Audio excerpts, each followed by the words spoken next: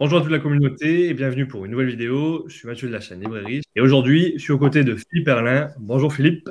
Bonjour. Pour rappel, avant de continuer, il est encore temps de participer à notre grand jeu concours spécial 200 000 abonnés. Pour célébrer cette étape et pour vous remercier de votre fidélité, 3 personnes seront tirées au sort et auront l'opportunité de gagner une once d'or Lady Fortuna 24 carats, une pièce d'or Napoléon ou une once d'argent. La participation est totalement gratuite et pour tenter sa chance, rien de plus simple, il suffit de regarder notre précédente vidéo dont le lien se trouve en description afin de connaître les modalités de participation. Attention, il ne reste plus que 3 jours et les résultats seront connus une semaine plus tard lors d'un live aux côtés de Gold Avenue.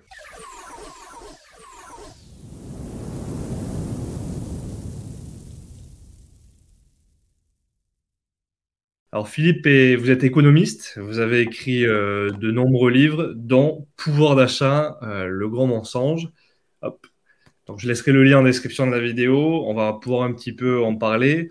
Vous avez écrit également, alors j'ai pris quelques notes, l'or, un placement d'avenir, la fin des banques, j'achète du Bitcoin ou encore Bitcoin, comprendre et investir. On va parler aussi un petit peu de crypto-monnaie.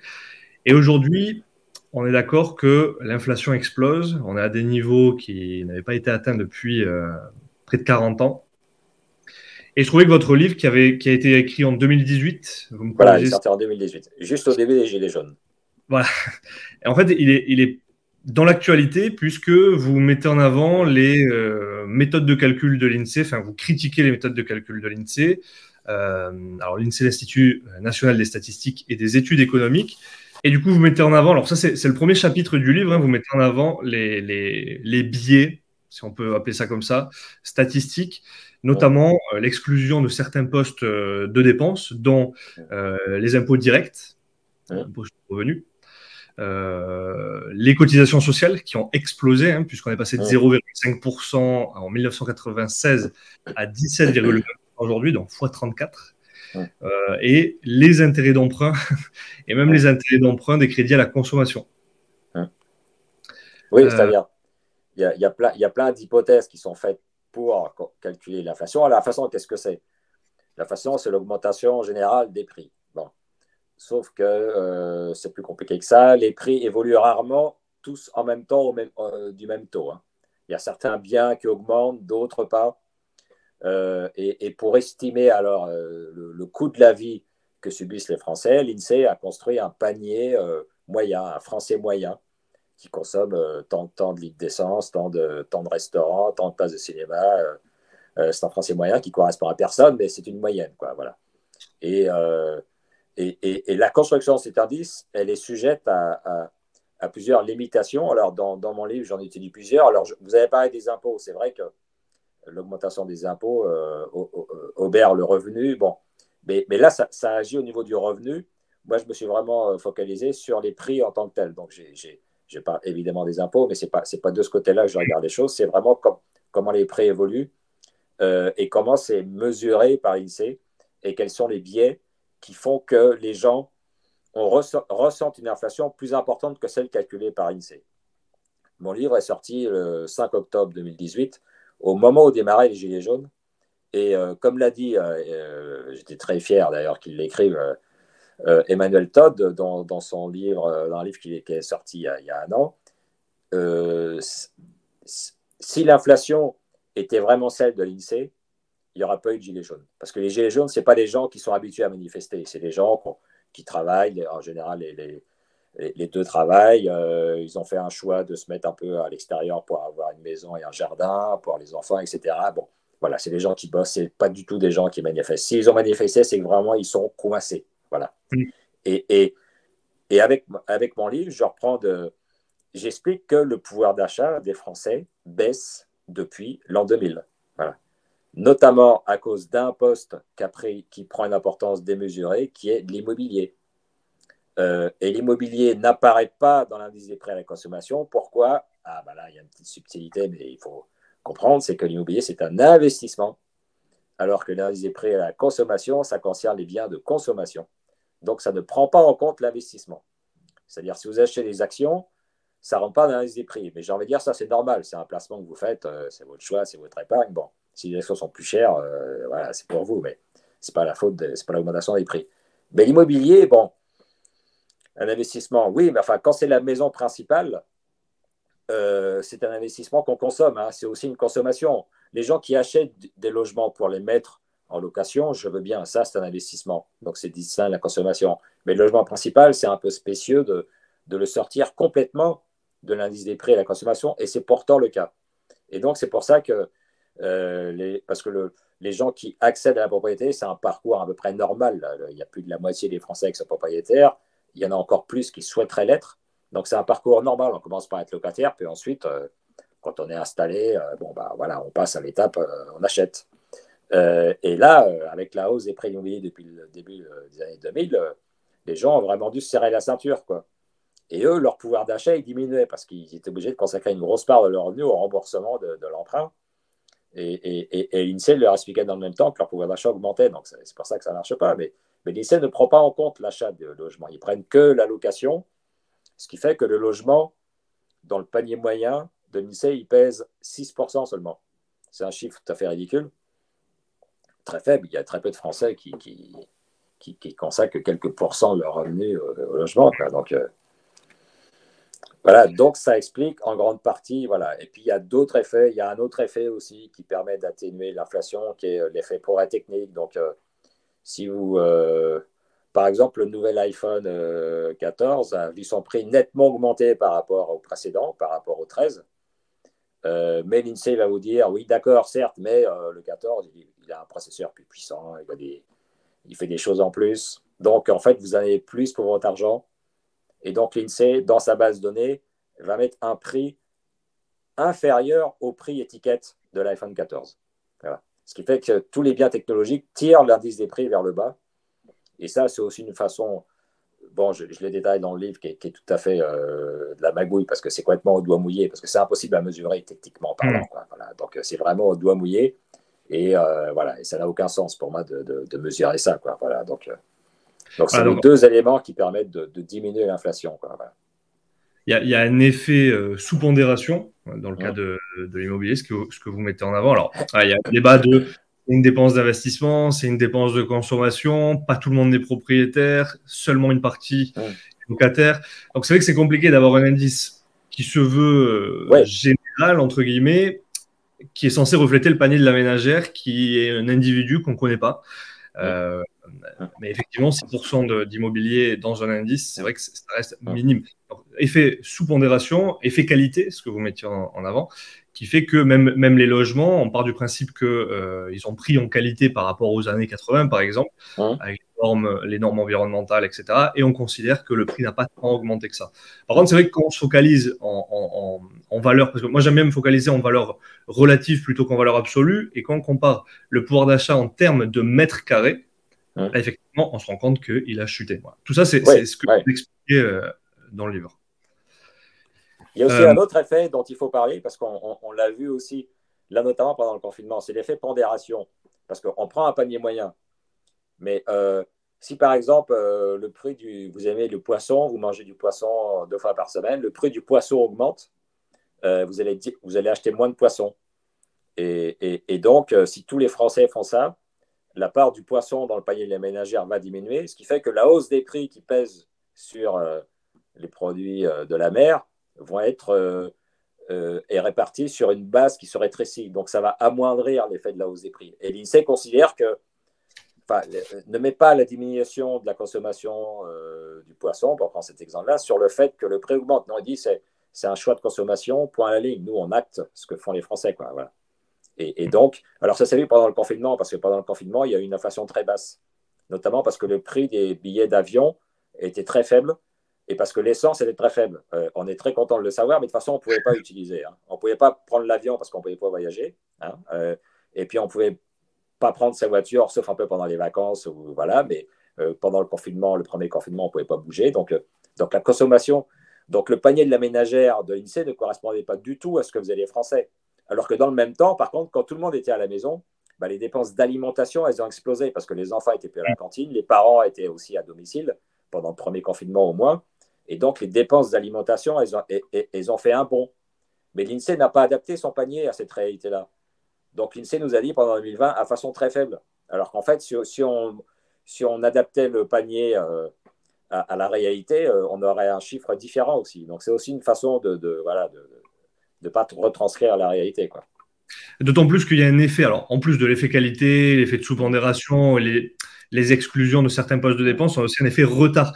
Donc ça, vous l'aviez mis parce que vous écrivez aussi pour or.fr et vous avez mis, alors je l'ai noté, l'INSEE qui elle-même le reconnaît, dans une note, elle explique, conformément à la réglementation européenne, ces pondérations sont habituellement mises à jour en s'appuyant sur les estimations semi-définitives de la consommation par la comptabilité nationale pour l'année A-2, valorisée au prix de décembre de l'année A-1, et éventuellement complété par des corrections en volume entre l'année A-2 et A-1. Ouais, voilà. Quoi, si vous pouvez nous expliquer et concrètement comment ça fonctionne? Alors ça, c'est justement ce que je viens de vous dire, c'est-à-dire c'est quand les gens changent de consommation assez rapidement, le panier n'en tient pas compte parce qu'il a quasiment 2 ans de retard, quoi. Et c'est complètement hallucinant parce que ça.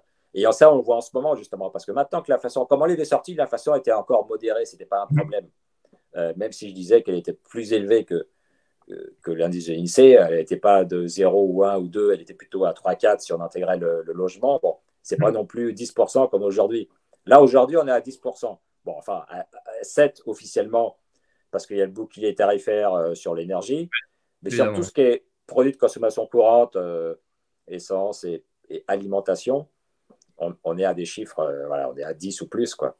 Et donc, les gens sont en train de changer leur panier. Les vendeurs, Leclerc et tout ça, ils le voient, ils le disent. Le panier change. Les produits bio s'effondrent, par exemple, parce que voilà, c'était sympa quand on avait de l'argent, mais maintenant, bon, bah, voilà, on laisse tomber le bio et on passe sur d'autres, des produits de meilleur marché, etc. Il y a toute une modification profonde du panier de la ménagère en ce moment qui n'est pas pris en compte par l'INSEE. Donc, les chiffres aussi sont faux. Tout ça parce qu'il y a un effet retard qui est beaucoup trop long, quoi. On devrait s'attendre à ce que l'INSEE, qui dispose de moyens très importants, de gens très compétents, fasse un effort pour adapter, pour mieux coller à la réalité quand il se passe comme en ce moment, soit pendant le confinement ou soit pendant la crise inflationniste actuelle. Quand il y a des changements importants, il faudrait que l'INSEE voilà, se bouge un peu plus et nous donne une meilleure transcription de la réalité. Ce n'est pas le cas. Donc les chiffres sont aussi faux pour ça. Oui. Ouais, donc voilà, la conclusion, c'est que l'IPC, ça reste un indice qui est hyper imparfait, si on peut dire. Voilà. Et vous, dans le livre, ce que moi j'ai beaucoup aimé, parce que c'est vraiment une étude sur l'inflation, sur les modes de calcul et les critiques et les améliorations qu'on peut envisager, vous mettez beaucoup en avant la méthode de calcul, la méthodologie de Jean Fourastier. Est-ce que vous pouvez nous expliquer un petit peu Oui, alors très rapidement, parce que je me suis pas, dans mon livre, je ne me suis pas contenté de critiquer, parce que les critiques que j'ai formulées, en fait, elles avaient déjà été formulées dans des rapports officiels. J'ai rien inventé. Hein. Voilà, je suis le premier à le remettre dans un livre en public, mais ça a été déjà sorti. Mais je voulais aussi refaire une histoire de l'inflation sur les 50 dernières années, mais avec mes propres chiffres, pour comprendre un peu ce qui s'est passé, et non pas ceux de l'INSEE. Et j'ai eu l'idée de prendre. Alors, la première chose que j'ai fait, c'est que je suis allé au siège de la Redoute à Roubaix pour consulter leur catalogue et pour suivre sur un grand nombre d'années, donc sur 50 ans en fait, entre 1965 et 2015. Les prix d'un certain nombre de produits de base, comme l'aspirateur. Je prenais l'aspirateur le moins cher du catalogue La Redoute, par exemple. Voilà.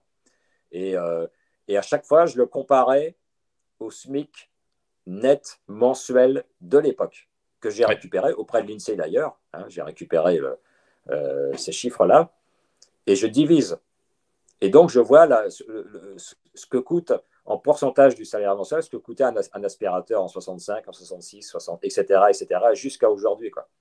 Et d'ailleurs, l'aspirateur, c'est celui qui est un des produits qui est le plus révélateur des tendances. C'est-à-dire qu'on voit un gain de pouvoir d'achat énorme. C'est-à-dire qu'en 65, c'était encore très cher un aspirateur, donc les ouvriers s'en payaient pas, en fait. Voilà, ils utilisaient un balai, voilà. Mais quelques années plus tard, c'était devenu bon marché. Ensuite, on voit que ça stagne dans les années 70. Et puis, avec la mondialisation, c'est à partir de 1990, le prix se remet à baisser. Par rapport au salaire, il est divisé par 2 en l'espace de 10 ans. Donc, c'est un gain de pouvoir d'achat significatif. Le seul petit problème, c'est que l'aspirateur, il n'est plus fabriqué en France ou en Europe, il est fabriqué en Chine, quoi. Donc, ça vaut pour celui qui a gardé son emploi, quoi. Voilà, celui qui travaillait dans l'électroménager, il se retrouve au chômage. Voilà. Mais en tout cas, celui qui a gardé son emploi, il paye son aspirateur 2 fois moins cher entre 1990 et 2000.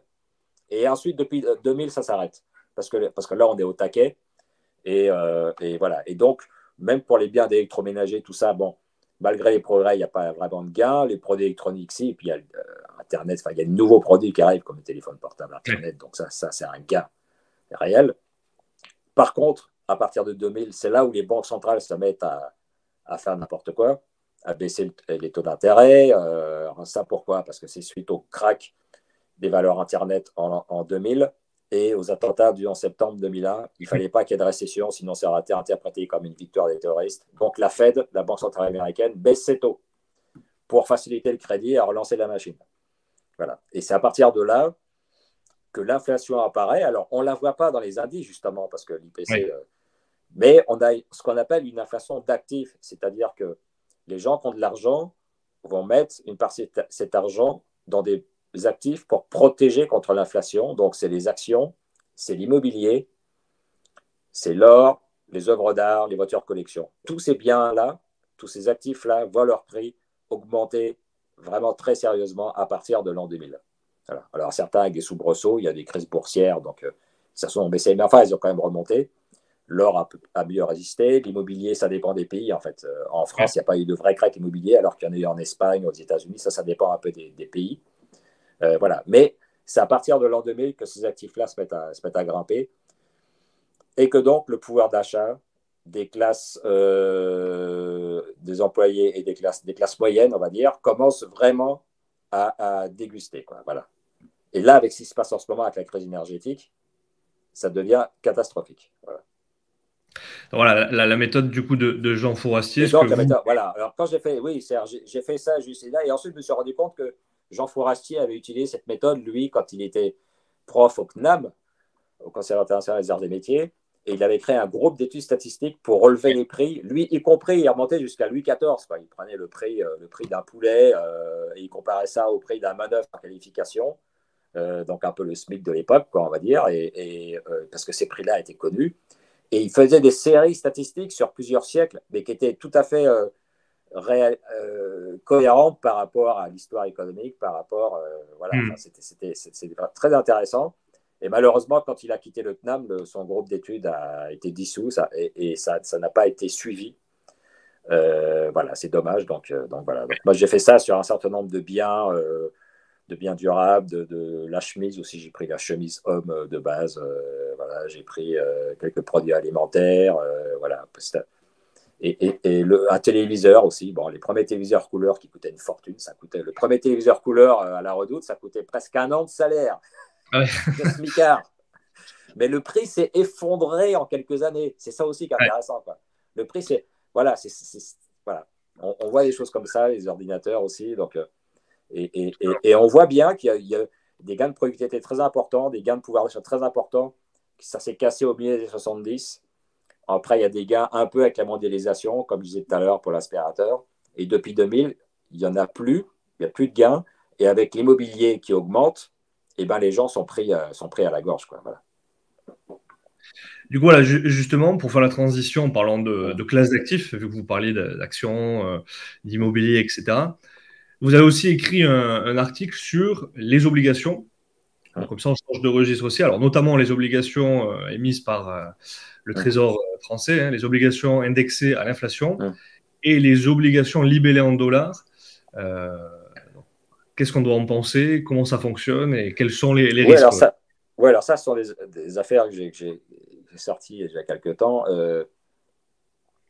Là, on parle de la dette, c'est-à-dire que pendant toutes ces périodes de l'inflation, une des raisons aussi pour comprendre ce qui a poussé les banques centrales à avoir une politique monétaire laxiste, et parce qu'on était en zéro il n'y a pas très longtemps, hein, c'est les déficits des États, hein, États-Unis, Europe et spécialement la France. Quoi. On fait du déficit budgétaire, on distribue de l'argent et puis on verra après. Quoi. Et là, avec l'inflation et la remontée des taux d'intérêt, c'est plus la même histoire. C'est-à-dire que ça va coûter cher maintenant à l'État de s'endetter. Quoi. Et ça va coûter d'autant plus cher que l'État français, croyant bien faire, a fait deux grosses erreurs. Hein, donc, La première, vous l'avez dit, c'est qu'il y a une partie de la dette de la France qui est émise en obligation indexée sur l'inflation. Parce qu'il faut savoir que quand un État emprunte, il emprunte à taux fixe. C'est comme l'emprunt immobilier en France. Mais c'est une chance. C'est une chance qu'au moins ce soit à taux fixe, parce qu'au moins vous connaissez à l'avance exactement vos remboursements. Mais en Espagne, aux États-Unis, les emprunts immobiliers, c'est à taux variable. Si les taux remontent, vos mensualités remontent. Et en ce moment, les Espagnols sont étranglés par. Bon. Donc, un État emprunte à taux fixe, ce qui est une sécurité.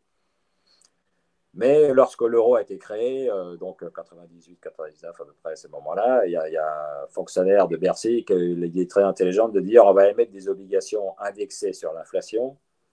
Comme ça, comme on va offrir un nouveau service à l'investisseur, on va pouvoir lui vendre l'obligation moins chère. Et ces obligations étaient émises sur le marché à un taux d'intérêt inférieur aux obligations classiques émises à taux fixe. Donc ça faisait un petit gain pour l'État. Et comme on était certain que l'euro était une création absolument magique et formidable, qui allait apporter la prospérité, et que ce serait définitivement une monnaie solide parce que la Banque centrale est indépendante, donc il n'y aurait jamais d'inflation, on ne prenait aucun risque à émettre des obligations indexées sur l'inflation parce qu'il n'y aurait jamais d'inflation. Le problème, c'est que ça n'a pas marché, c'est que la Banque centrale, elle n'est pas indépendante, elle finance les déficits des États. Donc, elle a fait exploser son bilan. Le bilan de la Banque centrale européenne, c'est à peu près 80% du PIB de la zone euro. Ça donne une idée. Alors, on compare un stock et un flux. Le PIB, c'est un flux. Le bilan, c'est un stock. Voilà. C'est comme quand on compare la dette au PIB. Mais quand même, c'est quand même un indicateur. Et ce chiffre a explosé pendant le Covid. Donc, j'en ai tout. Oui, donc, augmentation du bilan de la BCE, augmentation de l'inflation. L'inflation arrive, on le voit maintenant, avec donc l'augmentation du bilan de la BCE et la crise énergétique liée à l'Ukraine, etc. Bon. Et donc, maintenant, nos obligations indexées sur l'inflation, elles voient leur coût exploser. L'estimation la plus récente que l'on ait du ministère de l'économie, il date de début juillet, et c'est 15 milliards de plus sur uniquement les obligations indexées sur l'inflation. C'est à peu près 10% de la dette de l'État. C'est à peu près un stock de 200 milliards. Et sur les 90% de dette émise à taux fixe, la hausse, c'est 2 milliards seulement.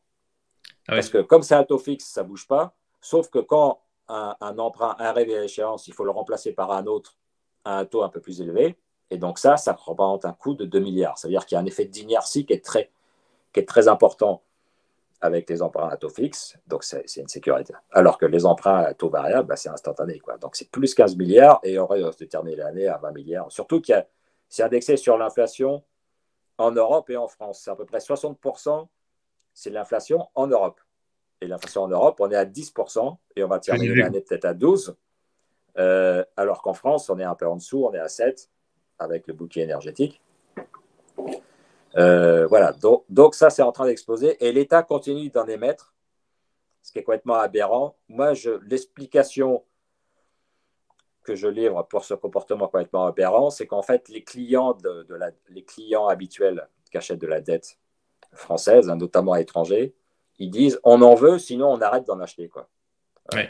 On arrête d'acheter votre dette à taux fixe si vous ne faites pas de temps en temps des cadeaux avec de la dette à taux indexé sur l'inflation pour que nous, on puisse s'y retrouver financièrement. Voilà. Et les fonds de pension américains, les fonds souverains du Moyen-Orient, les investisseurs d'Asie disent, écoutez, voilà, il faut que vous continuez d'en émettre, sinon nous, on arrête d'en acheter. Et comme aujourd'hui, il y a la moitié de la dette de la France qui est achetée par des non-résidents, des étrangers, donc des Européens ou Asie, Moyen-Orient, États-Unis, on ne peut pas se fâcher avec ces gens-là. Sinon, les taux explosent, sinon on est en faillite. Donc je pense que l'explication, c'est ça. C'est-à-dire qu'on est obligé de leur enfiler, on est obligé d'en émettre, parce que si on ne le faisait pas, le taux à 10 ans, ce qui sert de référence, quand on compare la situation des dettes des différents pays, on regarde le taux à 10 ans, France, Italie, Allemagne, États-Unis, tout ça. Celui de la France, il bondirait de 1 ou 2 ou 3%. Et on serait au niveau de l'Italie ou peut-être même au-dessus de l'Italie. Qui, elle, on n'émet quasiment pas, et l'Allemagne non plus. Voilà, c'est la question que je voulais poser. C'est est-ce que tous les pays de la zone euro le font ou c'est Non, non, spécialement non. centré dans la... C'est spécialement la France. C'est spécialement la France.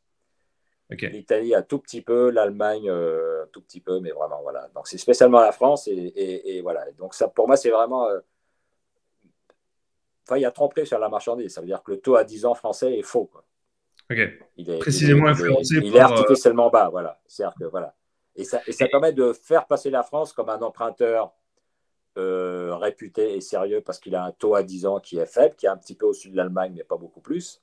Mais en fait, si on supprimait ce stock de 10% de dette indexée sur l'inflation, le taux bondirait et on serait mis dans la catégorie Italie, Espagne, et donc on aurait plus de mal à se financer. Voilà, c'est ça. Est-ce C'est mon que un explication. moyen de mitiger en fait cet effet, ça serait pas... alors, je suis pas partisan, hein, mais j'essaye de faire l'avocat du diable.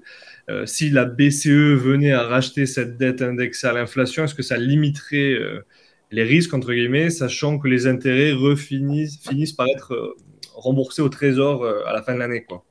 Oui, alors, c'est vrai qu'il y a une partie de la dette, justement avec cette planche à billets des banques centrales qui est mise en œuvre par les banques centrales dans chaque pays, ce qui fait qu'il y a aujourd'hui à peu près un peu plus de 20%, un peu plus de 20% de la dette de l'État qui est détenue par la Banque de France. Ça, c'est dans le cadre du rachat des dettes fait par la BCE et qui est mise en œuvre au niveau de chaque banque centrale. Donc, il y a 20% de la dette. Donc là, ça tourne en circuit fermé, quoi. Et donc, mais ceci dit, je ne pense pas que la Banque de France achète beaucoup de dettes indexées sur l'inflation. Ça sert pour les investisseurs étrangers dont on a besoin. Voilà. Mais en tout cas, il y a 20% de la dette qui est détenue par la Banque de France, ce qui fait dire à certains économistes, on n'a qu'à faire Les annuler. disparaître ça d'un trait de plume, parce que c'est de l'argent qu'on se doit à la Banque de France, pom pom. Je veux dire, enfin, d'un point de vue comptable, ça ferait des pertes, ce serait un peu compliqué, mais techniquement, on pourrait le faire de toute façon. Mais je veux dire, ça veut dire qu'on va encore plus dans un délire d'endettement, quoi. Et à ce moment-là, on voit Ouais. on est en train de le payer en ce moment avec l'inflation, quoi. Donc, D'autant il y plus a qu'en règle 20% de la dette. Voilà. D'autant plus qu'en règle générale, quand les personnes qui recommandent d'annuler les dettes détenues par les banques centrales, puisque c'est les banques centrales nationales hein, qui détiennent les dettes des États, généralement, ils disent la contrepartie, par contre, c'est de se rendetter pour investir dans la transition écologique. C'est la condition. Donc finalement, on ne règle pas le problème. Quoi. Le taux Oui, d'endettement non, est mais élevé. Quoi. le problème, c'est qu'on est dans un système avec un budget complètement à la dérive. Ouais. Depuis 1975, date du premier budget en déficit en France, et depuis, il n'y a jamais eu de budget à l'équilibre. Voilà. Donc, on est dans cette maladie-là. Alors, on peut trouver les subterfuges, on peut faire un trait de plume sur 20% de la dette. Qu'est-ce que ça changerait de toute façon? De toute façon, il y en a trop, et de toute façon, il y a trop de planches à billets, et ça va se terminer en hyperinflation si on continue. Donc, bon. Et du coup, la solution, est-ce que Et c'est l'autre chose, oui. voilà. Est-ce que c'est d'émettre des obligations libellées en dollars? Alors ça, voilà, ça c'est un autre lièvre que j'ai levé aussi, il y a déjà quelques années, mais j'en ai reparlé récemment parce que l'euro se casse la figure par rapport au dollar. Donc, mais il faut savoir que là, ce n'est pas l'État qui fait ça, C'est c'est la la CADES. CADES, qui est l'organisme chargé de gérer la dette de la sécurité sociale. Hein, donc c'est un stock de plus de 200 milliards. Hein. Il y a une partie de la dette, à peu près un tiers, c'est émis en dollars et non pas en euros. Alors, ça paraît complètement aberrant parce qu'on se dit on a créé l'euro justement pour que ce soit une monnaie forte, internationale, une monnaie de réserve, pour concurrencer le dollar.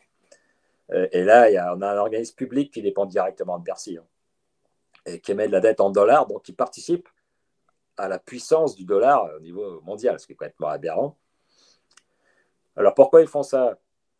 Ils le font parce que quand on émet une dette en dollars, ça permet de trouver de nouveaux clients. Par exemple, un fonds de pension américain qui, lui, il doit payer des retraites en dollars, évidemment. Il les ressources en dollars. Et bon, donc, lui, il ne va pas acheter la dette en euros parce qu'il y a le risque du taux de change. Mais si on lui propose un produit, une dette en dollars qui est en plus garantie par l'État français, bon, bah, lui, à la limite, il achète. Quoi. Donc, ça permet de toucher de nouveaux clients. Ou les pays d'Asie, parce que la plupart des monnaies d'Asie sont reliées ou indexées sur le dollar. Donc, ça permet de s'adresser aussi à tous les investisseurs asiatiques. Donc, c'est de la dette qu'on peut placer très facilement. Le problème, c'est qu'on fait la promotion du dollar alors qu'on est censé défendre l'euro, premièrement. Et deuxièmement, si l'euro baisse par rapport au dollar, ça va coûter plus cher. Alors, la CADES explique qu'elle prend des swaps pour compenser le taux de change, mais elle fait un mécanisme de couverture. Mais cette couverture, elle se paye. Et Évidemment. elle se paye d'autant plus que l'euro va perdre en valeur par rapport au dollar. Et c'est ce qui se passe en ce moment.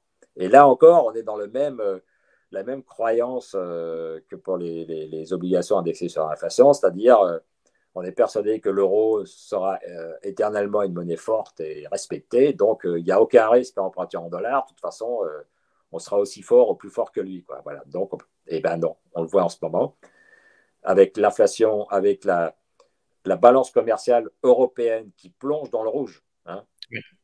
Voilà. Donc, il y a plus d'argent qui sort de l'Europe que de l'argent qui rentre. Hein. Il n'y a pas que le taux de change. Voilà, eh bien, l'euro glisse sérieusement par rapport au dollar et donc le coût de couverture de ces emprunts émis en dollars va augmenter. Et c'est complètement stupide parce que c'est l'argent des Français, c'est l'argent de la sécurité sociale, quoi, les déficits. Déjà, la Sécu ne devrait même pas être en déficit, quoi, parce qu'on paye, on n'investit pas, on paye des maladies, des médicaments, le fonctionnement des hôpitaux, donc on ne devrait même pas être en déficit déjà. Donc on l'est, et en plus, on prend un risque en faisant des emprunts comme ça en dollars, c'est complètement aberrant, quoi. Voilà. Et ça montre à quel point on est mal dirigé, quoi. Du coup, vu que je sais que vous aimez bien ces deux classes d'actifs, vu que vous avez écrit des livres dessus, est-ce que la panacée, enfin, ou les panacées, sont notamment l'or et Bitcoin? Quelle relation entre les deux? Parce que, alors, on a des partisans du Bitcoin qui sont aussi partisans de l'or, entre guillemets, d'autres qui n'aiment pas du tout ni l'or ni le Bitcoin, et d'autres qui confrontent les deux pour nous dire que ça n'a rien à voir. Donc, comment se placer, du moins, comment vous placez vis-à-vis de ces sujets-là? Moi, déjà, je commence rapidement par dire qu'il faut se poser cette question parce que l'inflation est là pour durer. Peut-être qu'aux États-Unis, ils vont réussir à faire baisser l'inflation. D'ailleurs, elle commence à baisser a priori sur les derniers mois. En Europe, non. Pourquoi? Parce que énergétiquement, on est très dépendant de l'étranger. Et avec les sanctions qu'on a faites envers la Russie, elles nous reviennent en boomerang. Et on est obligé de s'alimenter sur des marchés étrangers, mais la demande mondiale enfin, l'offre n'est pas très extensible et donc les prix explosent. Donc, avec les sanctions, on va avoir une énergie qui va rester chère durablement pendant plusieurs années. Et puis, en plus, il y a la transition énergétique qui est très coûteuse parce que les éoliennes, ça doit être subventionné. En plus, ça ne marche pas. Enfin, c'est intermittent. Bon, donc on va être dans un contexte durablement. Et puis en plus, se rajoute à ça la désindustrialisation parce que l'Europe va perdre en compétitivité. Hein, il y a beaucoup d'usines qui vont partir. Déjà, Tesla qui prévoyait de faire une usine de batterie à Berlin revient sur ses décisions et va la mettre au Texas. Il y a plein d'entreprises industrielles consommatrices d'énergie en Europe qui vont partir. Donc, ça va produire une récession, une perte de revenus. Donc, l'un dans l'autre, on va rester durablement dans une période de forte inflation. Donc, il faut se poser vraiment les bonnes questions sur son patrimoine. Alors, comment on protège contre l'inflation? Le placement auquel les gens pensent en premier, c'est l'immobilier, parce que l'immobilier en France, ça se tient bien. Bon, maintenant, c'est compliqué, parce que acheter un appartement, ce n'est pas forcément à la portée de tout le monde. Il faut s'y connaître, ça prend du temps, bon, mais pourquoi pas. Sinon, il y a des SCPI, bon, il y a d'autres formules, mais voilà, mais c'est quand même complexe d'acheter de l'immobilier. Les prix qui remontent, les restrictions voilà. de crédit. Et puis, on n'est pas sûr, voilà, et puis on n'est pas sûr, ce sera toujours intéressant. Et puis, il faut savoir que les propriétaires se font de plus en plus massacrer, hein, parce que la taxe foncière va augmenter, etc. Et puis, si c'est des gens, ils sont pas délocalisables, donc on peut leur taper dessus à coup de taxes et d'impôts, voilà. Donc, il faut aussi tenir compte de ça.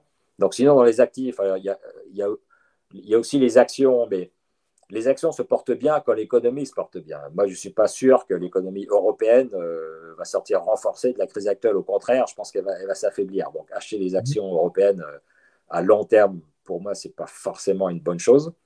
Après, il reste deux actifs pour se protéger contre l'inflation. C'est l'or et le Bitcoin, que je défends depuis longtemps. Alors, l'or, lui, il a un historique pour lui. Hein, ça fait plusieurs milliers d'années qu'il est utilisé.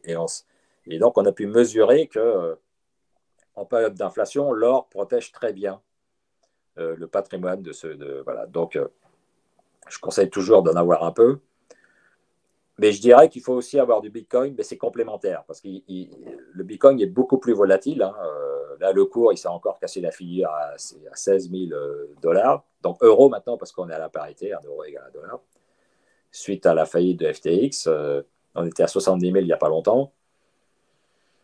Il faut le savoir, et si on a le cœur pas bien accroché, il faut éviter d'y aller, quoi. Voilà. Maintenant, moi, ce que je dis, c'est que c'est un investissement de long terme, c'est 3 à 4 ans minimum.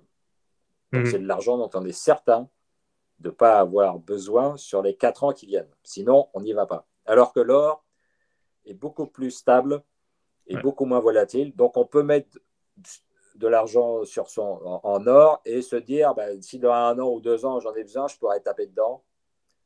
Ça, on peut le dire. On peut le faire. Sur Bitcoin, c'est très risqué de se dire ça. Hein, voilà. Donc, c'est pour ça que pour moi, c'est complémentaire.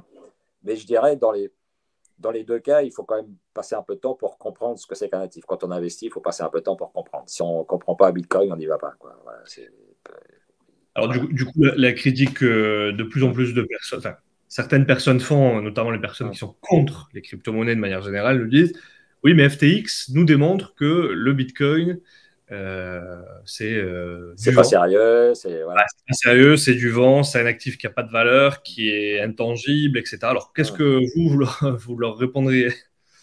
En fait, le FTX, c'est une crise qui est liée à la finance traditionnelle centralisée, quoi. C'est-à-dire que quand on va sur FTX ou quand on va sur n'importe quelle plateforme, on envoie des euros, on achète du Bitcoin, et si on s'arrête là, les Bitcoins sont sur la plateforme. Ils ne sont pas dans notre poche. L'intérêt des crypto-monnaies, l'intérêt de l'invention du Bitcoin, c'est qu'on peut être sa propre banque. On peut détenir ses Bitcoins. Et pour faire ça, il faut... c'est pas très compliqué, mais là encore, ça demande un peu de temps. Voilà, il faut acheter une clé Ledger, Ledger qui est une société française, qui est leader mondial dans le secteur, voilà, donc, qui permet de rapatrier ces clés privées et d'en être propriétaire. Donc, on les achète sur une plateforme, on achète ces bitcoins sur une plateforme, on les rapatrie sur une clé Ledger, et là, si la plateforme fait faillite, il n'y a aucun problème. Totalement. On a toujours ces bitcoins.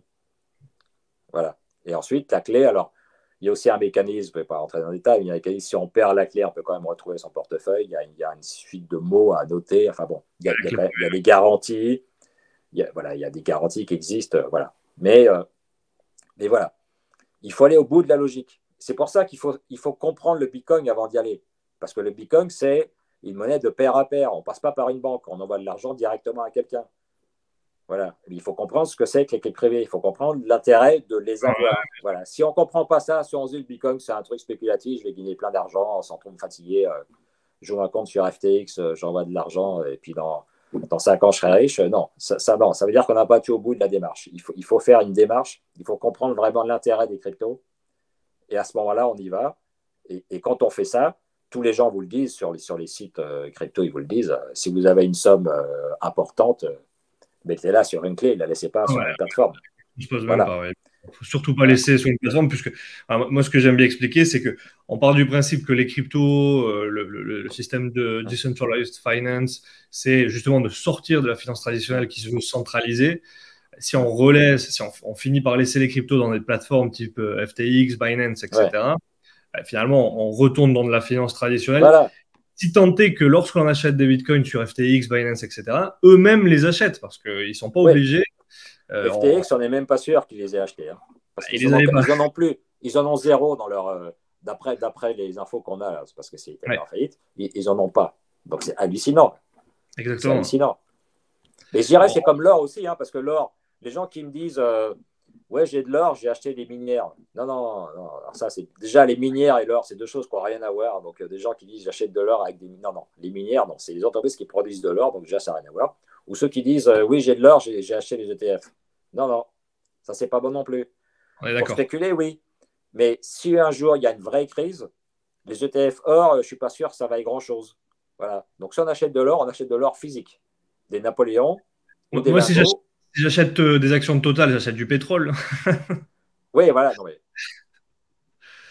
Non, mais effectivement, ce que j'aime bien expliquer aussi, c'est que quand on achète de l'or, on achète un actif qui est réel dans le sens où c'est un actif et c'est le passif de personne d'autre.